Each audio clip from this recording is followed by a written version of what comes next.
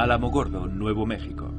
Una pequeña ciudad de 30.000 habitantes donde han tenido lugar proporcionalmente una gran cantidad de sucesos extraños. Está muy cerca de donde se probó la primera bomba atómica. También es el lugar donde está enterrado Ham, el primer chimpancé y en realidad el primer estadounidense en viajar al espacio. Y es el lugar donde este hombre batió el récord de velocidad alcanzado en tierra por un bólido. Algo extraordinario, pero que no deja de ser extraño. Y a pesar de todo esto, Alamogordo es conocido principalmente por su vertedero, porque se supone que aquí es donde Atari enterró E.T., el peor videojuego de la historia.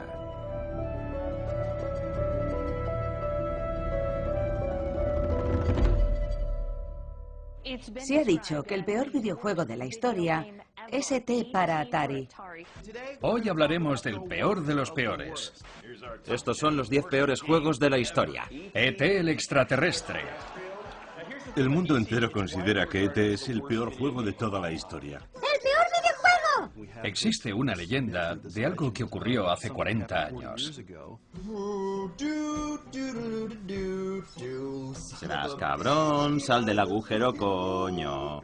Si consigues hacerte con el teléfono, un agente del FBI te ataca. Si caminas, caes en un agujero. Y si consigues salir, vuelves a caer. Uno de los peores errores del diseño es que E.T. se cae en hoyos. Joder. ¡Mierda!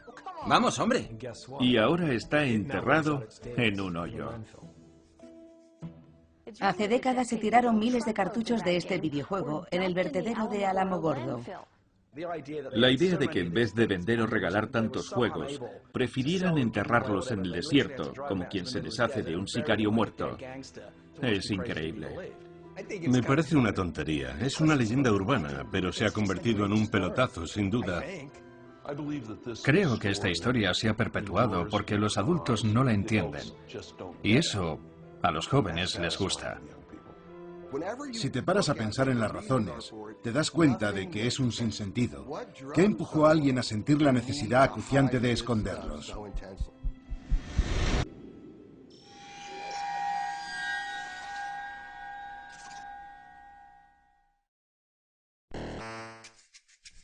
Cuando yo tenía 5 años salió el Pong, y mi padre nos lo compró a mis hermanos y a mí. Cuando salió la Atari 2600, me hice con todos los cartuchos que pude. Me pasaba el día jugando. La Atari era como la Xbox y la Play en una. Tenía un 80% de cuota de mercado. La 2600 era insuperable. Mi juego favorito de la 2600 era probablemente Adventure.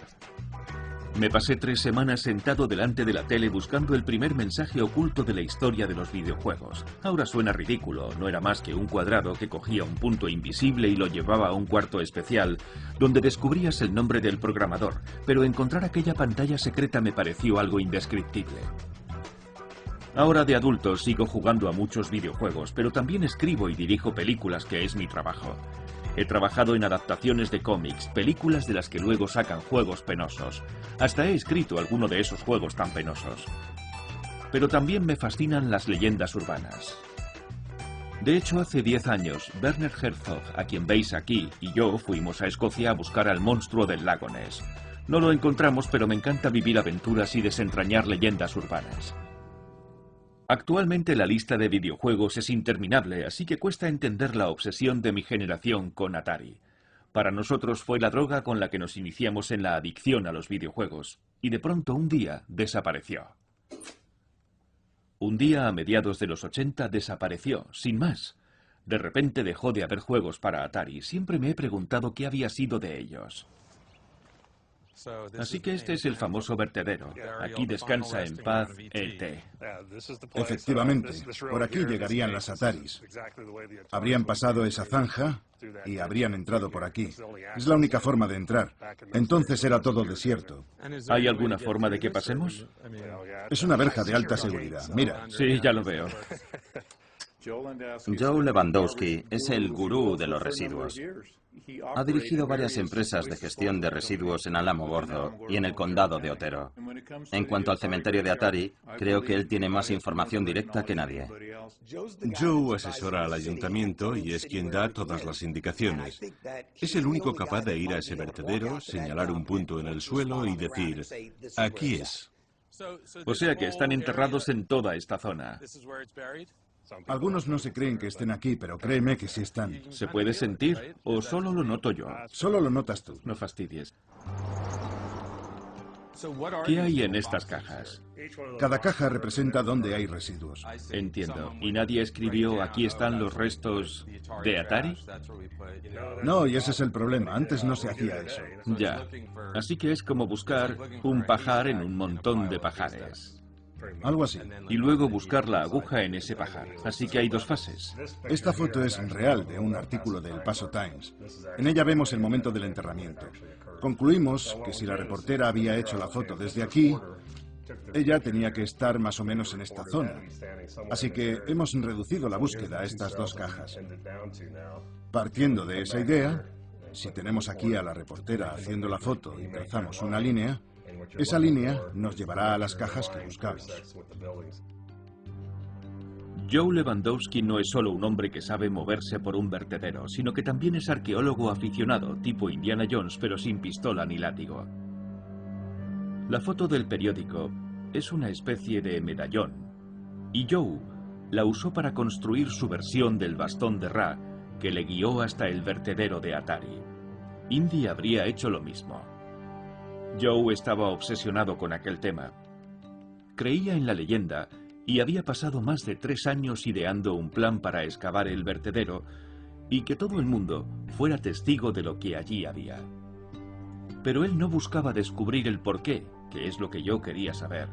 ¿Por qué la empresa que yo tanto idolatraba decidió enterrar su futuro?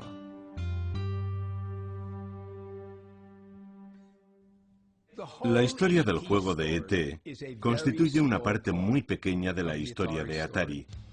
Hablemos de los orígenes de Atari. El verano que se gestó el juego, yo simultaneaba mi trabajo en un parque de atracciones con mis estudios de ingeniería en la Universidad de Utah. Entendía los aspectos económicos de los recreativos. Ganaban mucho dinero.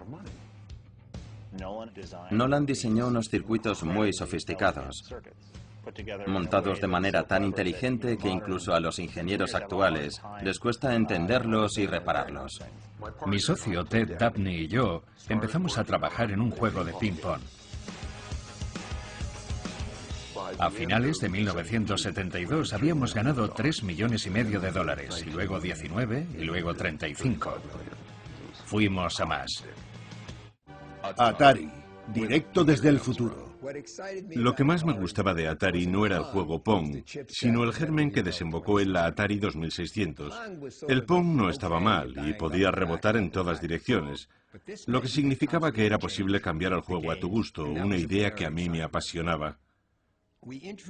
Presentamos la 2600 en 1977, con 9 cartuchos. El videojuego doméstico constituye una experiencia muy similar a la del arcade. Cambió la mentalidad del mundo. Sabíamos lo que estábamos haciendo. La televisión pasó de ser un medio pasivo a uno activo. Era apasionante ser pioneros en aquel campo. La gente alucinaba. No tenían ni idea, se lo inventaban sobre la marcha y les salió bien. Así empezó todo. Gracias a aquellos juegos, la gente entendió el potencial de los ordenadores. Podríamos decir que Atari inició la revolución informática.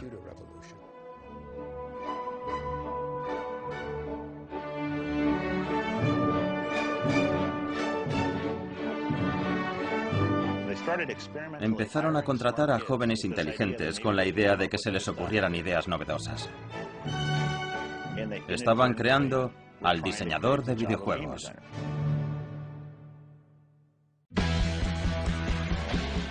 Los ingenieros de Atari capitanearon la empresa desde el principio, porque no solo eran ingenieros, sino también creativos. Eran como los músicos o los directores de cine, artistas. Por suerte, o gracias a Dios, o por ambas cosas, el departamento de diseño de videojuegos de Atari se convirtió en un Dream Team. De sus cabezas habían salido clásicos como Tempest, Asteroides, Cien Pies, Gauntlet, todos. Aquellos jóvenes podían hacer todo lo que se les ocurriera. Un día estaba yo en el cuarto de baño, miré a un lado y vi unos pies descalzos. Levanté la vista y vi a un hombre vestido tan solo con unas bermudas, nada más. Cuando se lo conté a alguien me dijo, ah sí, es un gran ingeniero, no le gusta ir vestido. Los ingenieros de arcade de Atari eran buenísimos. A ojos de los consumidores, Howard era de los mejores programadores y uno de los mejores ingenieros.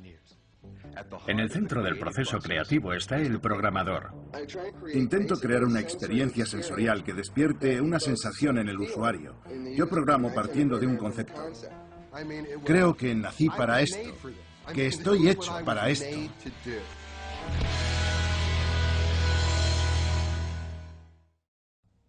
Entonces, ¿qué pasó en 1983? Se habían oído rumores, pero Atari negó una y otra vez que existiera aquel vertedero, y pasado el tiempo, la gente se olvidó. Pero con la explosión de Internet y las habituales listas de lo mejor y lo peor, el entierro del juego de E.T. pasó de mero cotilleo local a leyenda urbana mundial.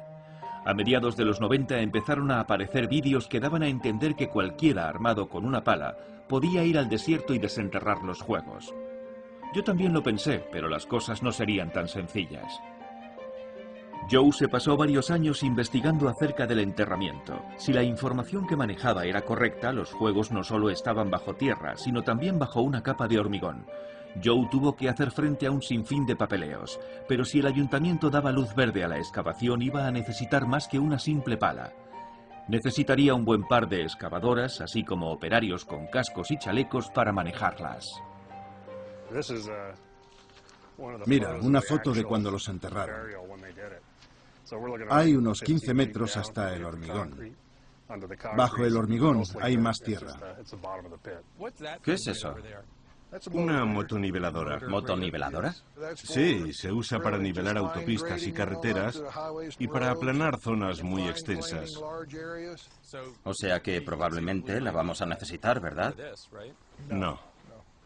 Pero ¿no podríais tenerla lista por si acaso? Simplemente tenerla preparada. No, para nada. No sé, no es mi campo. Me preocupa que Joe esté yendo muy rápido y tengamos que echar el freno. Los que se oponen son los ecologistas locales. Les preocupa que en ese vertedero de Alamogordo haya algo más enterrado y que sea peligroso, en vista de que no conocemos la ubicación exacta. Nadie tiene un registro totalmente fiable de dónde debemos excavar y podríamos encontrar restos de cerdos con mercurio, malatión, DDT, plomo y quizá otros metales peligrosos en los cartuchos. No me gustaría estar muy cerca si se abre una tumba sellada y sale de su interior gas de mercurio. Me lo imagino como una novela de Stephen King. ¿Y si excavamos donde no debemos y tenemos que evacuar a Alamogordo? Sería inaceptable.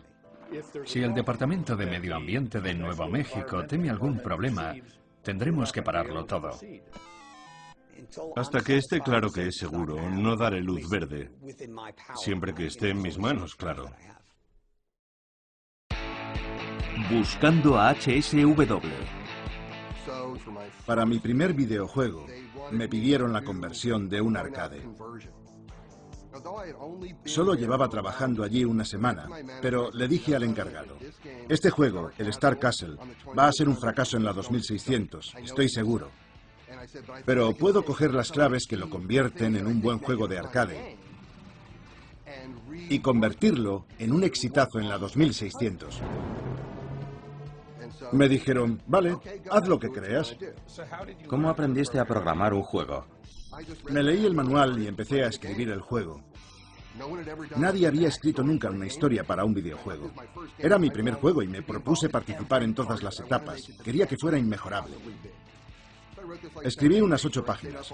Me pasé toda una noche escribiendo la historia, que era de ciencia ficción. Unas moscas que iban al espacio en naves espaciales, y allí mutaban y se adueñaban del sistema solar. Pero entonces las atacaba un monstruo. Esa es la historia resumida. Y luego tuve que buscarle título. Le puse Yar, que es Rey al revés.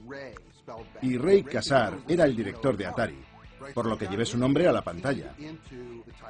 Se me ocurrió venganza, que es una palabra muy de acción, que atrae. Y de ahí salió La venganza de Yar.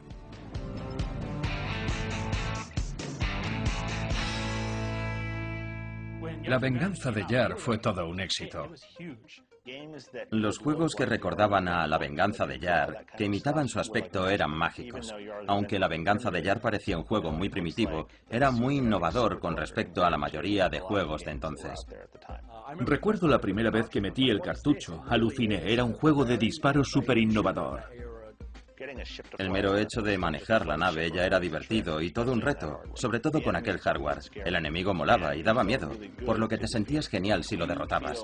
Cuando superabas los retos sentías que lo habías conseguido tú, y cuando perdías sentías que habías perdido tú.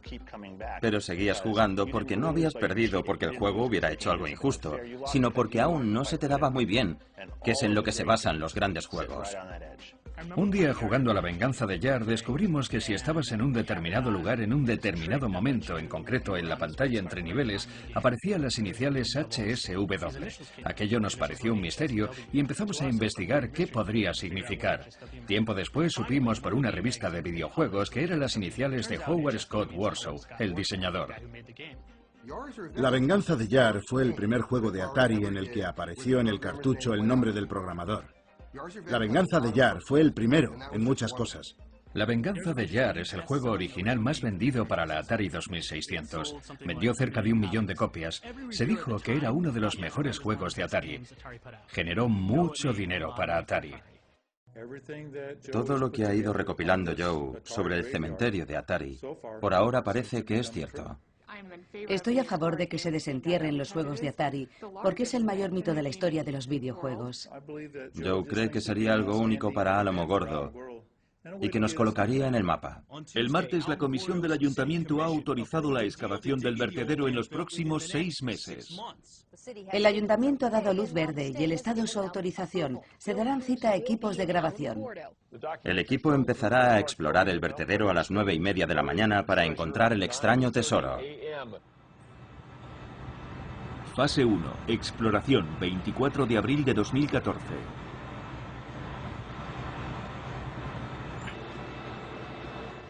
Esta máquina tiene unas dimensiones que impresionan. ¿Qué está haciendo? El martillo percutor llega muy abajo, extrae muestras y las sube a la superficie. Hemos reducido la zona de búsqueda de 120 hectáreas a cerca de 4 y estamos intentando reducirla todavía más. Buscamos objetos como cartas, sellos, periódicos que puedan contener fechas de septiembre de 1983. De momento nada. ¿Crees que la gente se llevará una gran decepción si excavamos y no encontramos los juegos de ET? Claro, yo también. Llevamos 3 años trabajando en esto. ¿Y entonces qué haríais? ¿Excavar todo el vertedero? No, eso no. Medio ambiente no lo permitiría. Cabe la posibilidad de que todo esto sea una pérdida de tiempo. Claro, me ha puesto el coche, pero no la casa. Peregrinación.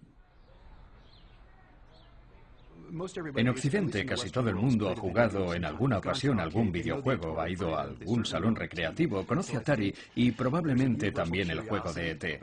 Así que creo que este juego despierta una gran curiosidad. Algo ocurrió en 1983 que creo que merece ser investigado a fondo. ¿Por qué decidí ir a Alamogordo? Me interesa el impacto sociocultural que ha tenido aquel juego en concreto. Lo sorprendente es que los juegos de ET de Atari estén en el vertedero y no en un museo. Creo que eso es lo que empuja a mucha gente a mantener viva esta historia. Quieren conseguir esos artículos, quieren pruebas tangibles de que un día tiraron allí aquellos juegos. Soy diseñador de videojuegos desde 1994, pero principalmente me gusta coleccionarlos. Mi objetivo es que la gente entienda que son una forma de arte. Me dedico, por lo tanto, al coleccionismo y a tareas educativas. Siempre he pensado que un día voy a descubrir de una vez por todas dónde están enterrados. Tampoco hace falta que vea lo que contienen, casi prefiero que eso siga siendo un misterio. Creo que en ese vertedero está enterrada toda una industria, porque lo que afectase a Atari afectaba a todos por aquel entonces. Lo que yo creía que duraría para siempre, un día desapareció. Y desapareció casi a la vez que se enterró lo que sea que haya allí. Quiero saber lo que hay enterrado. Es como abrir el arca perdida. Quiero mirar, pero ¿se me derretirá la cara? Ni idea. Le conté a mi mujer que me iba a marchar a Nuevo México y me preguntó por qué. Cuando empecé a explicárselo, me dijo, no sigas. Vale. Puedes irte tranquilo. ¿Ponemos Ernest en la pantalla? Es mi seudónimo, pero me llaman Ernie. Vale, usaremos tu seudónimo. ¿Cómo te describirías? Guionista, novelista, gentleman apasionado. Lo que me gustaba de tener una Atari era que parecía un simulador. Es decir, que podía simular ser Indiana Jones o ser ET. Nací en una familia humilde, así que tener acceso a eso sin tener que pedir moneditas y poder jugar tanto como quisiera constituyó una gran parte de mi infancia, alimentó mi imaginación y fue la inspiración para mi novela Ready Player One. Es la historia de qué pasaría si Willy Wonka hubiera sido diseñador de videojuegos y hubiera escondido su lámina dorada dentro de su mejor videojuego. Se me ocurrió por los mensajes ocultos de los juegos de Atari. Estoy muy feliz. Alamogordo y el vertedero de Atari son para mí como Tierra Santa. Hace poco me dijeron que ya habían recibido mi DeLorean en Nuevo México, así que primero tengo que volar a Santa Fe y recogerlo, porque George Martin lo estaba usando para una proyección de Regreso al Futuro. Pararé en el observatorio de Very Large Array y en la ciudad de Roswell, y llegaré a tiempo para la excavación. En cuanto me enteré dije, será el viaje de mi vida. Es como si yo fuera Indy y fuera en busca de Doc Brown para salvar a E.T. Ahí está. Eso es. Es una buena prueba porque mira este detalle. ¿Se ve una fecha? Sí, domingo 2 de octubre de 1983. Genial, ¿no? Sí, lo de Atari fue entre el 23 y el 29 de septiembre. O sea que el recorte es de una semana más tarde. No, solo 2 o 3 días más tarde. Siempre he sido más de letras. Los juegos de Atari deberían estar enterrados bajo la basura de las semanas siguientes. Entonces, ¿dónde están los Por juegos? ahora nada de juegos. ¿Nada de Ataris por ahora? Aún no, aún no. Vale.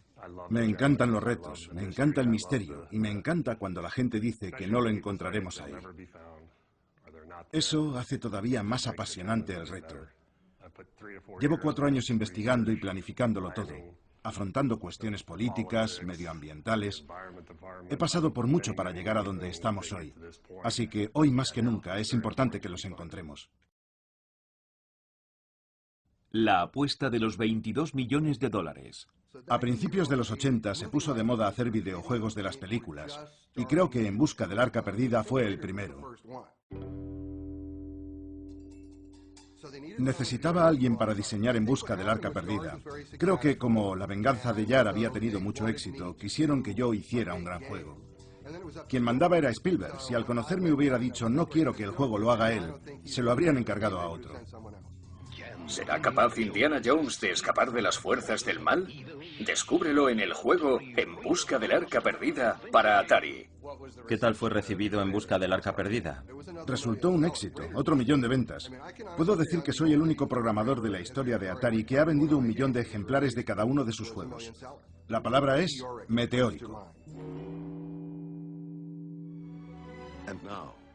Y ahora, Steven Spielberg nos regala E.T. el extraterrestre.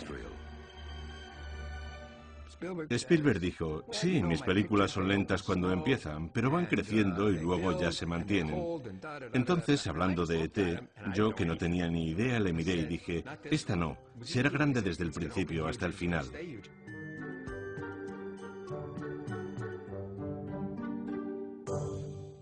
Entonces sale la película y se convierte en un taquillazo, y nos proponemos hacer el juego. Cada vez que intentas trasladar algo a otro soporte únicamente para obtener beneficios, sale mal. Sobre todo en el mundo de los videojuegos. Es como si desde arriba dijeran, sacando un juego igual podemos montar una franquicia y sacar más beneficios. Empezaron entonces las negociaciones entre Atari y Universal y se empezaron a barajar cifras. Y Steve Ross, que era el jefazo de Warner, no sé cómo ni por qué, accedió a una cifra tan desorbitada que nadie se la creía. Pero iba en serio. Unos 20 o 30 millones de dólares, una cifra absurda. Lo que quería Steve Ross era que Steven Spielberg fichara por Warner. La razón es que se había dado cuenta de que Spielberg era un genio. Las piezas encajaban perfectamente. Compramos los derechos para el juego de E.T. y nos comprometimos a sacarlo en Navidad, lo cual suponía un problema. Una tarde recibí una llamada en mi oficina. Era Ray Kassar, desde Monterrey. Empezamos a hablar y me dijo, Howard, ¿puedes hacer el juego de E.T. en 5 semanas?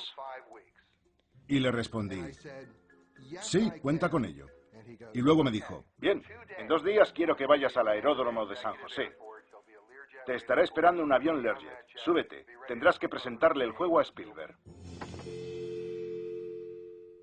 Aquel día, de camino a la cita con Spielberg para presentarle el juego, mientras iba en el avión, iba pensando que aunque solo tuviera 5 semanas, yo quería innovar.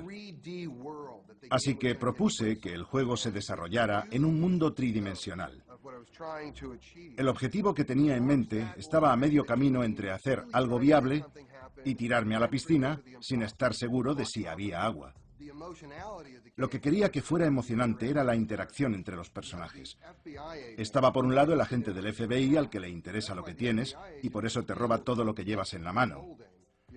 Luego está el científico, al que le interesa quién eres.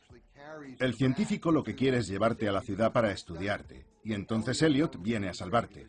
Puedes llamar a Elliot para que venga a ayudarte. Yo creía que esas cosas podían tocar la fibra sensible.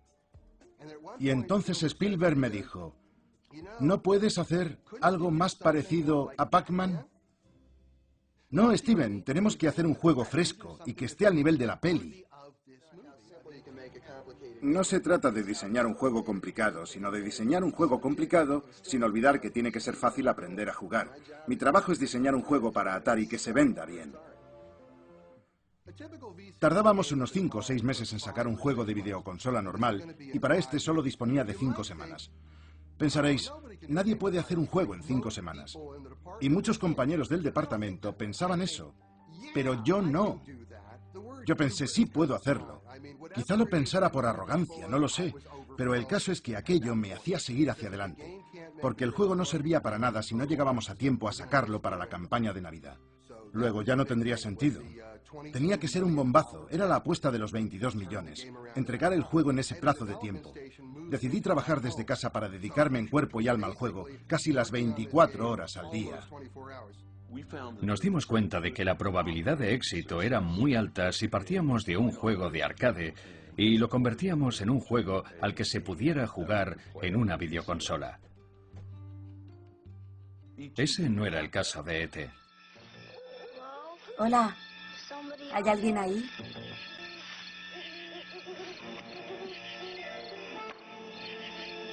El videojuego de E.T. Toma ya. El videojuego que te permite meterte en la piel de E.T. El juego estaba terminado y una de mis condiciones era que la versión definitiva la autorizara Steven Spielberg. Y así fue. Spielberg jugó al videojuego y lo autorizó. Howard, que es un auténtico genio, empezó a darle vueltas a la idea y al cabo de unas semanas presentó un concepto y un plan de juego. Me sorprendió lo complejo que era y a la vez que era un juego muy divertido. ¿Ha visto la última versión? He visto la versión definitiva. ¿Y le gusta? Mucho, pero soy imparcial. Es mi película. A Steven Spielberg le pareció bien, así que pensé, vale, pues a mí también.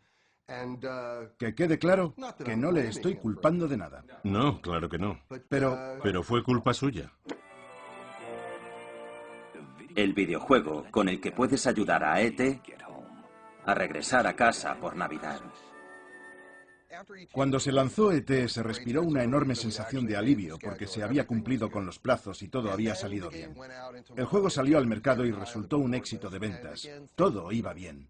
Me regalaron el juego de ET en las Navidades del 82, si no recuerdo mal, y pensé que iba a ser el primero de la calle en tenerlo, pero se lo habían regalado a todos mis amigos. Al poco tiempo, cuando me cruzaba por los pasillos con compañeros de los departamentos de marketing y contabilidad, me decían, ¿sabes qué, Howard? Has hecho un gran trabajo. No te culpamos de nada. Hiciste un gran esfuerzo, diste la cara por todos nosotros, y no queremos que pienses lo que no es. No tiene que ver contigo, no te sientas mal. No pasa nada. Y yo pensaba, ¿pero a qué viene todo esto? ET era un juego muy complicado. Era un juego brutal e injusto. Y no tenía mucho sentido. Me crié en Londres y en mi barrio había una tienda que alquilaba videojuegos por 50 peniques el fin de semana. Me pareció un juego tan malo que sentí haber tirado el dinero. No está gustando. No está gustando nada de nada. Y saber que la película era fantástica solo servía para que el juego pareciera incluso peor. Me encantó la película, como a todo el mundo, y todavía es un clásico. Había una diferencia brutal entre la calidad de la película y la calidad del juego que se basaba en ella, y por eso parecía un juego tan malo. Vale, igual no se venden 6 millones de ejemplares, igual solo se venden 3 o 4, no pasa nada. Pero entonces los compradores empezaron a devolver el juego. Hicieron demasiados. ¿Cuántos? Ni idea. Hicieron 4 millones de cartuchos, por lo que esperábamos varios millones de devoluciones. ¿Y qué haces entonces con un producto inútil y sin valor? ¿Cómo te deshaces de él? ¿Enterrándolo? ¡Qué buena respuesta! Cambiar de profesión no es algo nuevo para mí. He trabajado en campos muy distintos. Me saqué la licencia de agente inmobiliario en California y luego la de corredor de bolsa. Y me dediqué a ello un tiempo. Entonces me di cuenta de que eso no era lo que yo quería hacer. Ahora trabajo como psicoterapeuta en California. Soy un psicoterapeuta único porque tengo un máster en ingeniería y otro en orientación psicológica. Soy el psicólogo de Silicon Valley. Se me da bien traducir de inglés a cerebrito. Y esta es la primera vez desde que dejé Atari que siento que estoy haciendo lo que realmente me gusta. Es decir, que he necesitado 30 años para alcanzar un punto en el que no siento que lo que hago está por debajo de lo que hacía antes. Y he pasado por muchísimos trabajos. Sé que dentro de poco empezarán las excavaciones y quiero estar presente, en primera línea, y ver cómo desentierran mi pasado. Algo que me cuesta mucho imaginar. Mis esperanzas no tienen nada que ver con mis expectativas, y no sé cómo terminará todo. No sé cómo me voy a sentir yo si finalmente encuentran algo, si está allí. Fase 2. Excavación. 25 de abril de 2014.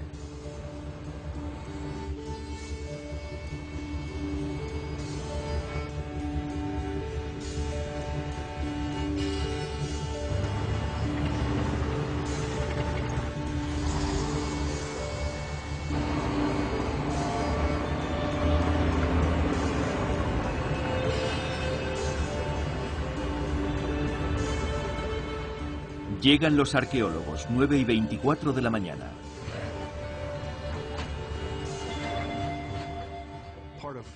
La arqueología punk se basa en el sentimiento comunitario de ayudarse mutuamente para solucionar problemas que nos afectan a todos. La mayor parte del tiempo lo hacemos de manera voluntaria. Será interesante ver cómo excavan para despejar la zona. Eso permitirá acceder fácilmente al contenido que buscamos. Han encontrado un póster de Donnie y Mary, la serie de los 70. Sí, es fantástico. Vamos a cavar una zanja y así veremos todo el material que sale de allí. Luego lo subiremos a la superficie, a las mesas, organizaremos el material, lo pesaremos, lo contaremos y lo identificaremos. Ese es el plan. ¿Qué tenemos hasta ahora? Hemos empezado a cavar el hoyo y los camiones ya están sacando tierra. Para que la gente lo entienda bien, aquí incluiré una infografía explicativa. Hay unos 7 metros de basura por encima de donde están los juegos. Basura y tierra. Sí, perdón, basura y tierra. Bien. En la infografía todo quedará muy claro. O sea que hay que sacar todo eso. Sí, hay que excavar la mayor parte del hoyo. ¿De momento se ha encontrado algún juego de Atari? No, nada. Aún nada. Son, me da la impresión de que estás nervioso. Sí, ¿Lo estás? sí, mucho. Me lo parecía. Bueno, seré sincero, yo también lo estoy. No sé si esto os motiva algo. Claro que sí. Será mejor que sigamos trabajando. Venga por ello, equipo. Son, estate tranquilo.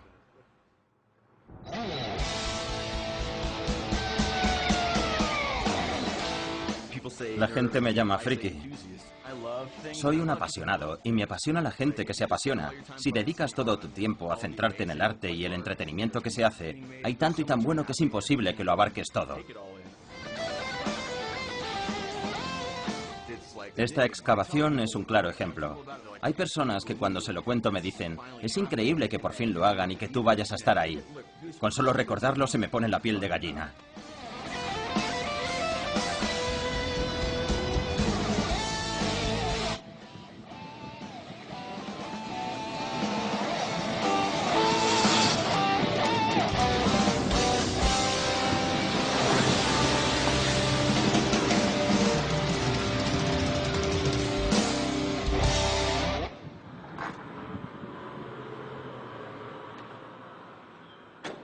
En la tienda de videojuegos Game Over Video Games de Austin, Texas, me dieron todas las copias que tenían de los juegos de Howard. Pocos saben que E.T. tiene el primer mensaje oculto oficial de la historia. Warren Robinett metió el primero en Adventure, pero nadie lo sabía. Howard preguntó si él podía meter alguno y Atari dijo que sí. Si buscas el geranio y haces que se regenere, se convierte en Yar, de la venganza de Yar, y sale volando. La primera vez que me pasó tenía 11 años y lo flipé. Si lo vuelves a hacer se convierte en Indiana Jones. Es decir, que Howard escondió personajes de estos juegos en este. Hallazgos en la superficie. Fase 3. Extracción. 26 de abril de 2014.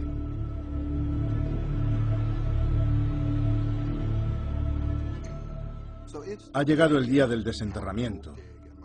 Mi mujer y yo vamos en furgoneta y nos dirigimos hacia el vertedero. Me invadía una sensación extraña. Estaba nervioso y no entendía bien por qué, pero me recorría el cuerpo una especie de cosquilleo, como si fuera a pasar algo. Cuando llegamos al vertedero ya había gente allí, y cuanto más avanzábamos, más gente nos encontrábamos. Cada vez más y más y más gente.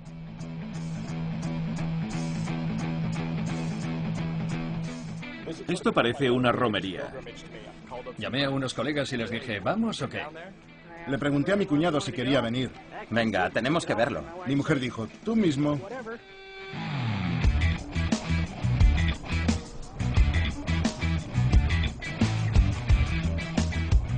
Es uno de esos macroeventos frikis de videojuegos que solo se celebra una vez cada siglo. La leyenda urbana de nuestra generación. Millones de cartuchos en el desierto. De pequeños oímos mil rumores. Crecí jugando a una Atari que me regalaron, y de hecho tuve el juego de E.T. Un amigo y yo, por echarnos unas risas, los findes veníamos a donde habrían enterrado los juegos. Es como buscar al monstruo del lago Ness. ¿Qué pensaste cuando jugaste a E.T. anoche? Me moló mucho, porque me gustan los juegos malísimos.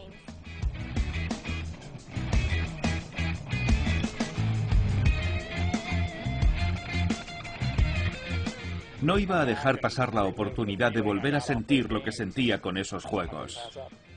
Solo quiero desentrañar el mito urbano, saber si están enterrados aquí. Esto es historia de los videojuegos. Tenía que ver si era cierto. Tienes que ser muy friki para venir aquí y conducir durante 28 horas por un videojuego.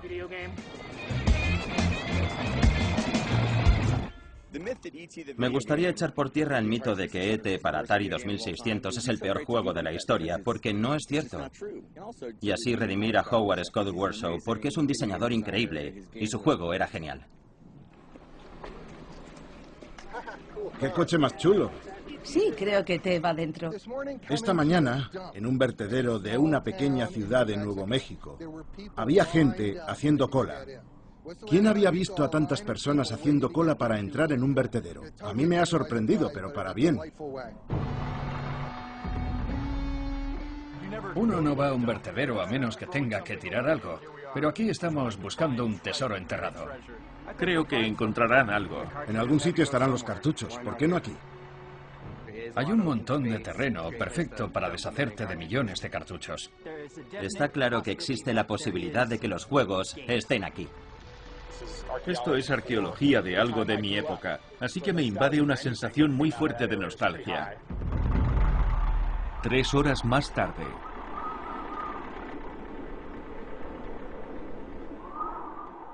El viento está soplando muy fuerte. Como siempre. El tiempo en Alamogordo es estupendo siempre que te gusten las tormentas de arena y ver nubes blancas amenazantes en el horizonte.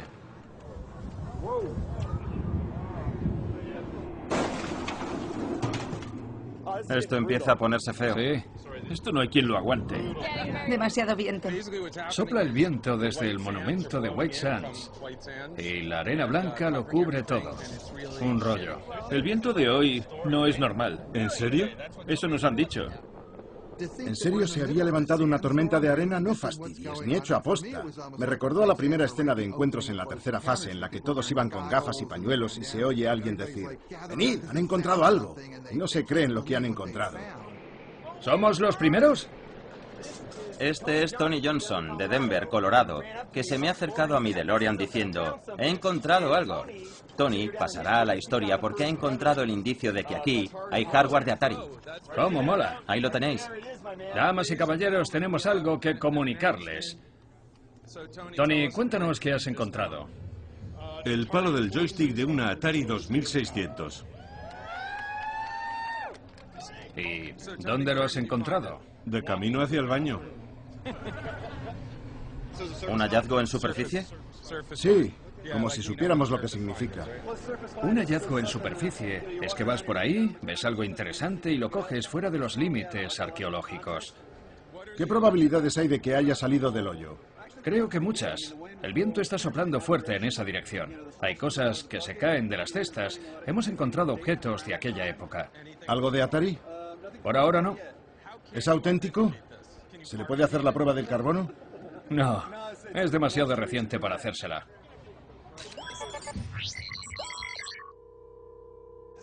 Si al final aparecen los cartuchos, podemos reconstruir los hechos de varias maneras. Por un lado, podemos suponer que llenaron de cartuchos los camiones y los tiraron ahí. Eso sería, en el mejor de los casos, porque podríamos sacarlos y seguro que muchos seguirían funcionando, ya que solo llevan ahí desde 1983. Bolsas de basura, latas de cerveza Straw, toneladas de madera. Estamos en el lugar, pero aún no han aparecido residuos de Atari. Ya llevamos aquí un rato. Se hace pesado y el viento es horrible. Aún no sabemos si encontrarán algo. Esto parece un hilo de nylon. Y un envoltorio rojo. En ese agujero no hay más que serpientes de cascabel y escorpiones. Si están enterrados, deberían seguir ahí. El hundimiento. No pensé en que las cosas iban tan mal hasta finales de 1983. Nunca pensé que Atari podía llegar a desaparecer. Formaba parte de mi vida y la idea de que un día desapareciera la Atari 2600 nunca se me pasó por la cabeza. Salió el juego de E.T. y resultó no ser muy bueno.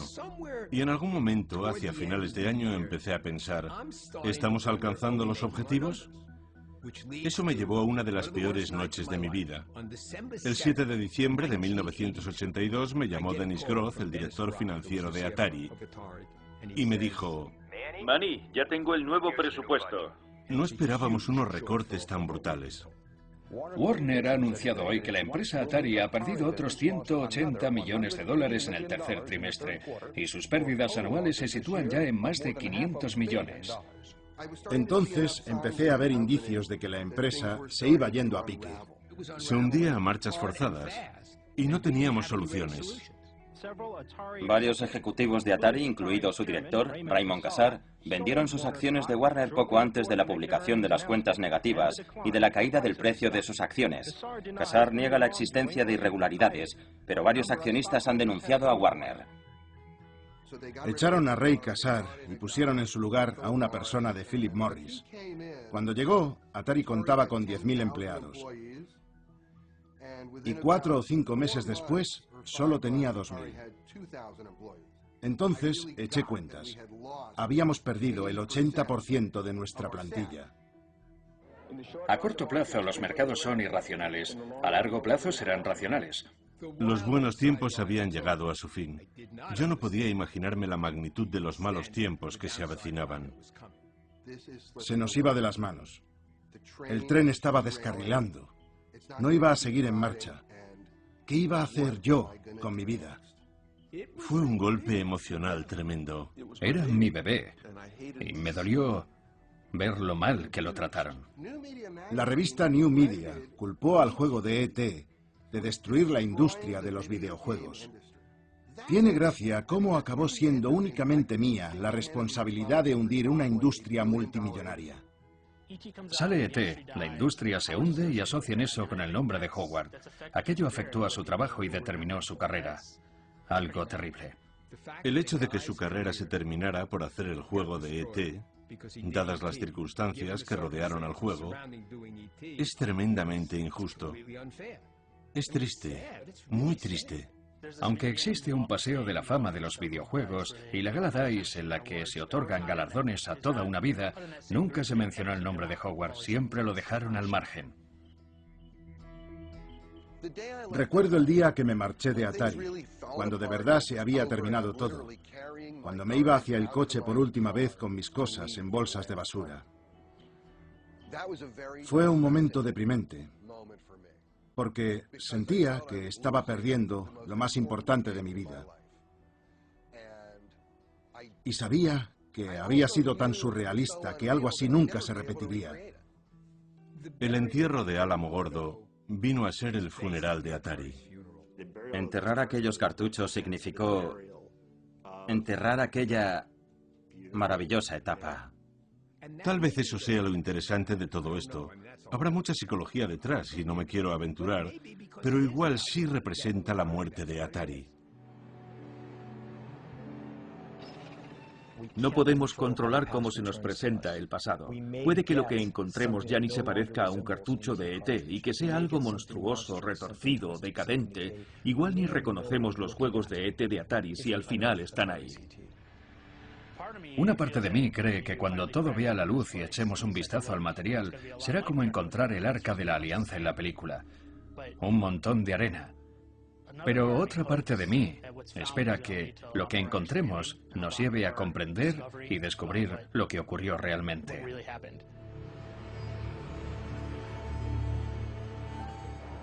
Joder, ¿veis aquello? ¿Cómo se llamaba? Joe. Joe. ¿Qué es eso? ¿Quieren que vaya? Sígueme.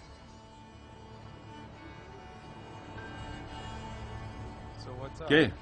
¿Habéis encontrado algo? Tenía que haberme traído los prismáticos. ¿Me lo enseñáis?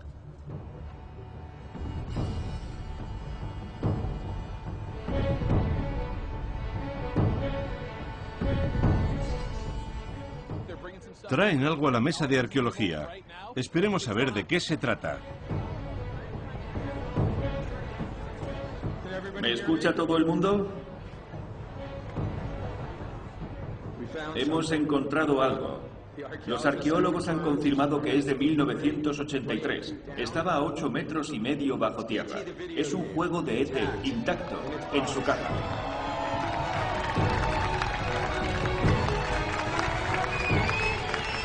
Aquí tienes.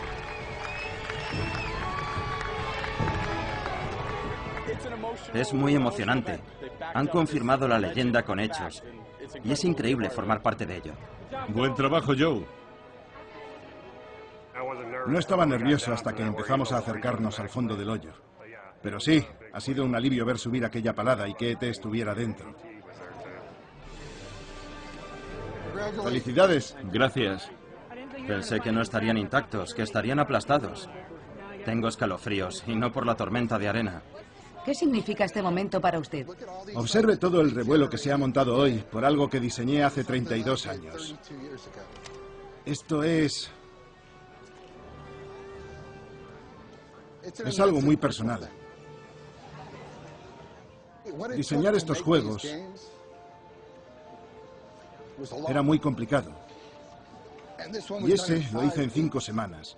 Las 5 semanas más duras de mi vida.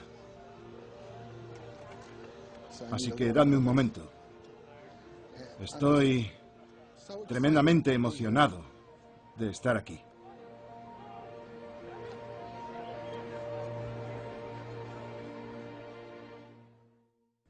Muchos de los que se quejaban del juego de E.T. ni siquiera lo habían usado. Cuando alguien hablaba de E.T., yo preguntaba, ¿pero habéis jugado? Y resultaba que no. Y así perpetuaban el mito de que el juego era horrible. Es un juego bueno, no era lo peor de Atari. Recuerdo que me regalaron uno titulado Firefly.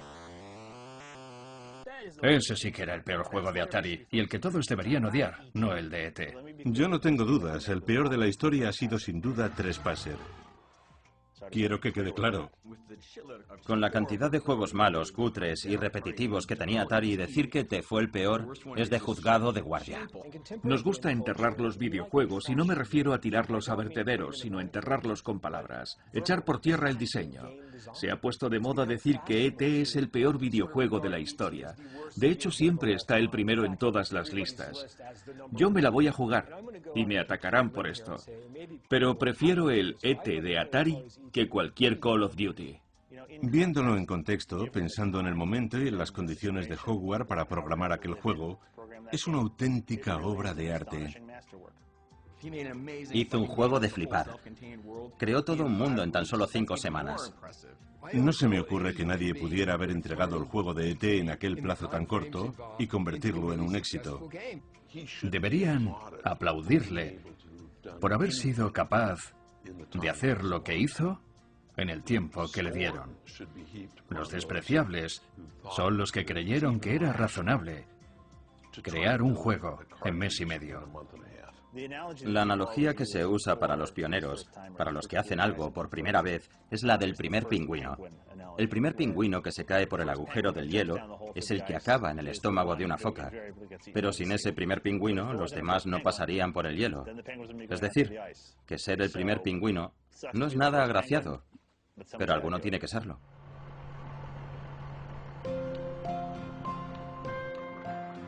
Así pues, resulta que Joe Lewandowski tenía razón desde el principio. Los juegos estaban enterrados exactamente donde él había calculado, y no había problema alguno de gases de mercurio. La leyenda del entierro era cierta. O quizá no. Cuando los arqueólogos catalogaron todos los juegos, sí es cierto que encontraron muchos cartuchos de E.T., pero en absoluto había millones de ejemplares, como rezaba la leyenda. De hecho, solo el 10% de los juegos encontrados eran de E.T., y el resto eran algunos de los mejores juegos que jamás se hicieron, como Defender, Cien Pies y La Venganza de Yar, e incluso apareció una copia de Adventure que me agencié. El objetivo del entierro no era ocultar algo vergonzoso, sino que aquella zona se convirtió en el almacén de una empresa con problemas económicos. Emplear el vertedero de Alamogordo pareció en aquel momento la solución más práctica. No se enterró el juego de E.T. por ser el peor juego de la historia. La gente empezó a calificarlo como tal precisamente porque lo habían enterrado, y el resultado es que desde entonces cargó con la culpa de destruir toda una industria. El juego y su creador fueron condenados por un crimen que nunca cometieron. La idea de que E.T. provocó la caída de Atari es ridícula. Ridícula. Atari se suicidó. No la mató nadie. Y no fue por el juego de E.T., sino que fue por la combinación de una serie de pasos en falso, tanto en tecnología como en distribución y marketing. Se dice que E.T. destruyó la industria de los videojuegos. Y no deja de resultarme curioso. Lo que hundió la industria del videojuego fue el patrón de conducta que originó las condiciones del fracaso de E.T. La causa del fracaso fue que Atari intentaba vender otros 10 millones de Atari 2600 en un mercado que ya estaba saturado. ET no destruyó Atari. No era bueno, pero no destruyó Atari. Y a día de hoy aún se dice que sí. Y lo cierto es que si algo se oye a menudo, se termina tomando como verdadero. Una respuesta simple, clara y precisa siempre tendrá más poder que otra compleja, aunque sea verdadera.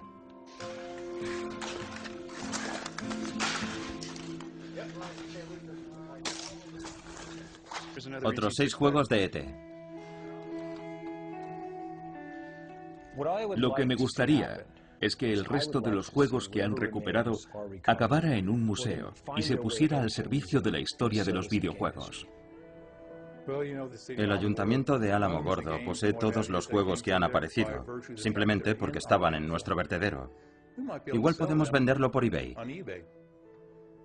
Y si alguien necesitase enterrar otro videojuego pésimo, ¿permitirían que lo enterraran aquí, en Álamo Gordo? Por supuesto, no tarden. Enterraremos sus juegos. Atari fue la primera empresa de productos de consumo que salió de Silicon Valley. Era fascinante, diferente. Fue el primer contacto de una generación con la informática. Una generación entera conoció la informática gracias a los juegos de Atari. Pusimos al alcance del público un nuevo soporte de entretenimiento. Así que para toda una generación, somos la definición de la era de los videojuegos. Y es algo cósmico. Aquellos trabajadores no se llevaron el mérito que se merecían por iniciar toda una industria. Tener 3 vidas se le ocurrió a alguien. Las naves voladoras las inventó alguien que tuvo que imaginárselas. Y lo hicieron tan bien que todo el mundo les copió. Y como todos les copiaron, resulta imposible recordar qué tienen ellos de especial. Creo que el legado de Atari es que iniciamos la ética de Silicon Valley, según la cual los ingenieros son considerados casi estrellas del rock. Eso antes no existía. Esa pseudocultura de la meritocracia es algo nuevo. Creo que esos son los cimientos que hicieron y siguen haciendo de Silicon Valley un lugar único en el mundo. Y creo que Atari perdurará para siempre como un símbolo de innovación.